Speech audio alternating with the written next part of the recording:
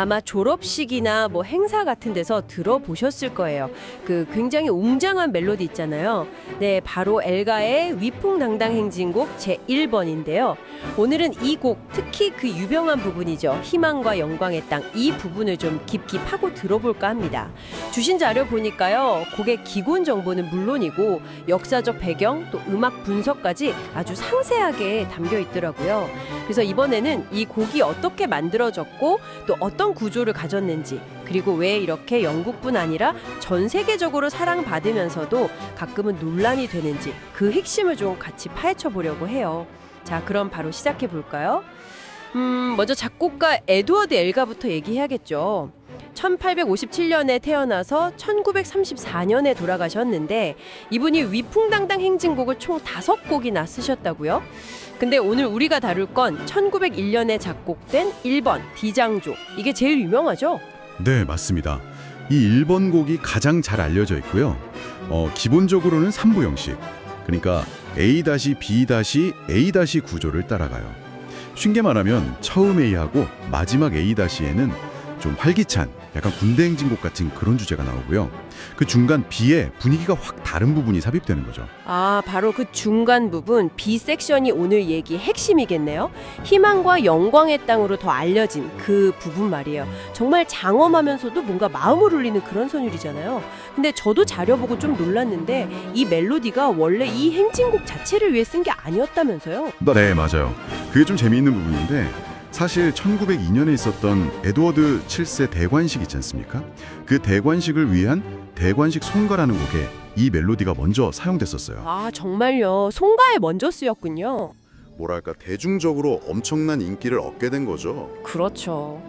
영국에서는 거의 뭐 제2의 국가, 비공식 국가처럼 여겨질 정도라고 하니까 대단한데요? 음악적으로 봐도 이 중간 부분은 앞뒤의 그 활기찬 행진곡 부분 A랑 A- 부분하고는 아주 뚜렷하게 대조가 돼요. 템포가 확 느려지고요. 보통 현악기나 목관악기가 부드럽게 시작하거든요. 그러다가 점차 금관악기, 또 공연에 따라서는 합창까지 더해지면서 감정적으로 정말 최고조로 치닫게 됩니다.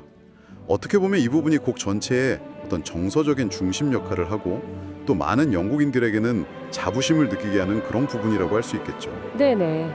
확실히 그 중간 부분이 주는 임팩트가 강렬하죠. 그러다 보니 이 곡이랑 얽힌 재미있는 이야기들도 많더라고요.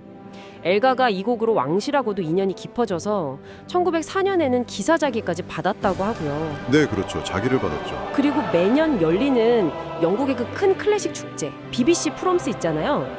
특히 마지막 밤 공연 Last Night of the Proms 에서는 관객들이 다 같이 이 부분을 막 떼창하는 게 거의 전통이라고. 아, 맞아요. 그 장면 정말 장관이죠.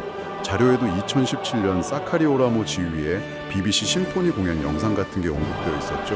다 같이 깃발 흔들고 노래 부르고. 네네. 그런데 진짜 놀라운 건 아니 이렇게 영국적인 느낌이 강한 멜로디가 미국에서는 졸업식 퇴장곡으로 엄청나게 쓰인다는 거예요. 저 이거 보고 좀 했어요. 정말 의외지 않나요? 그게 참 아이러니하죠. 문화적 맥락이 완전히 다른 곳에서 다른 의미로 쓰이고 있는 거니까요. 근데 동시에 이 곡이 좀 논란거리도 안고 있다는 점도 짚고 넘어가야 할 것 같아요. 아, 논란이요. 어떤 논란이죠? 희망과 영광의 땅이라는 그 제목이나 가사 내용, 또 곡 자체가 주는 그 웅장함이 아무래도 대영 제국 시절의 영광을 연상시키다 보니까요. 제국주의나 식민 역사를 미화하는 거 아니냐, 이런 비판이 사실 꾸준히 있어 왔어요. 아, 듣고 보니 그럴 수도 있겠네요. 그 가사 내용 같은 걸 생각하면. 네. 그래서 실제로 2020년 BBC 프롬스에서는 이 문제 때문에 결국 가사 없이 그냥 기악으로만 연주하기도 했었죠. 여기서 이제 좀 생각해 볼 지점이 생기는 거죠. 이런 역사적인 맥락을 가진 작품을 오늘날 우리가 어떻게 받아들이고 또 해석해야 하는가 하는 문제요.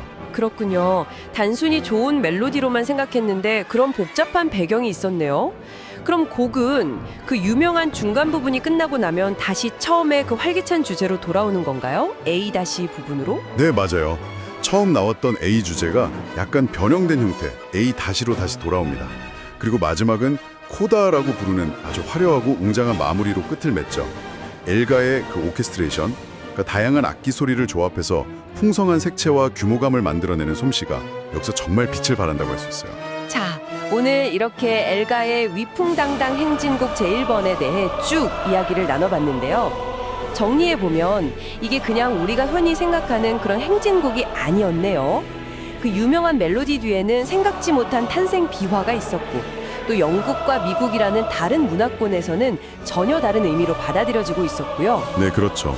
게다가 오늘날까지도 계속되는 어떤 역사적인 논쟁거리까지 안고 있는 생각보다 훨씬 다층적인 곡이었어요. 네, 이 모든 이야기를 듣고 나니 이 곡이 좀 새롭게 들리실 것 같기도 한데요. 여러분은 어떠신가요? 마지막으로 이런 질문을 한번 던져보고 싶어요. 우리가 같은 음악이라도 어떤 맥락에서 듣느냐에 따라 그 의미가 정말 많이 달라질 수 있잖아요. 예를 들어 졸업식에서 친구들과 함께 벅찬 마음으로 들을 때랑 어떤 국가적인 행사에서 좀 엄숙하게 들을 때의 느낌은 분명 다를 거거든요.